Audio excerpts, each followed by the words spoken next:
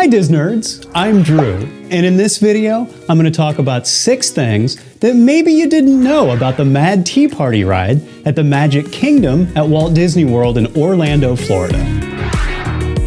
The Mad Tea Party at Magic Kingdom is inspired by the Mad Hatter's party sequence in Walt Disney's animated classic, Alice in Wonderland, and modeled after the iconic 1955 Disneyland park attraction. The ride has you climbing into an oversized teacup to spin and zip around a towering teapot as music fills the air. For a wilder ride, you can turn the wheel in the center of your cup to spin faster. If you like videos like these, we'd invite you to strike that like and subscribe for more. Now let's talk about some Mad Tea Party trivia that you might not know. Number 1, the roof came later. Magic Kingdom's original 1971 version of this attraction opened without a roof. It was eventually added in 1973, along with the central teapot, due to extreme weather conditions. The teacups just can't handle a lot of water. Number 2, the Magic Kingdom version is just one of 5. This spinning teacup ride is at 5 of the 6 Disneyland-style theme parks around the globe. The attraction is called Mad Tea Party at Disneyland and the Magic Kingdom. It's known as Alice's Tea Party at Tokyo Disneyland, Mad Hatter's Teacups at Disneyland Paris, and Mad Hatter Teacups at Hong Kong Disneyland. Number 3, the Dormouse isn't a part of every version. The Dormouse can be seen popping his head out of a large teapot in the middle of a turntable only at the Magic Kingdom and Tokyo Disneyland.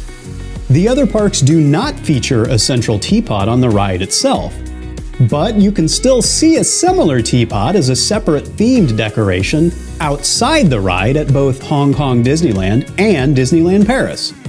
Number 4, you might spot a Disney celeb on the ride. If you're lucky, you may catch a glimpse of Alice, the Mad Hatter, and the White Rabbit taking part in the Mad Tea Party. It's not unusual for these characters to hop on the ride with guests, and of course, they get to skip the line. Number 5, the teacups have Mary Blair flair. Artist Mary Blair made a lot of contributions to Disney over the years. She's probably most famous for her work on It's a Small World, but given that she also worked on concept art for Alice in Wonderland, you might not be surprised to know that some of her concepts made it onto the ride as well.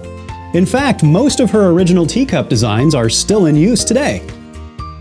Number 6, Disney didn't design the ride. An outside contractor called Aero Development was responsible for designing the Mad Tea Party, which was an opening day attraction at Disneyland. The company was also responsible for Dumbo, Snow White's Adventures, Mr. Toad's Wild Ride, King Arthur's Carousel, and the Casey Jr. Circus Train.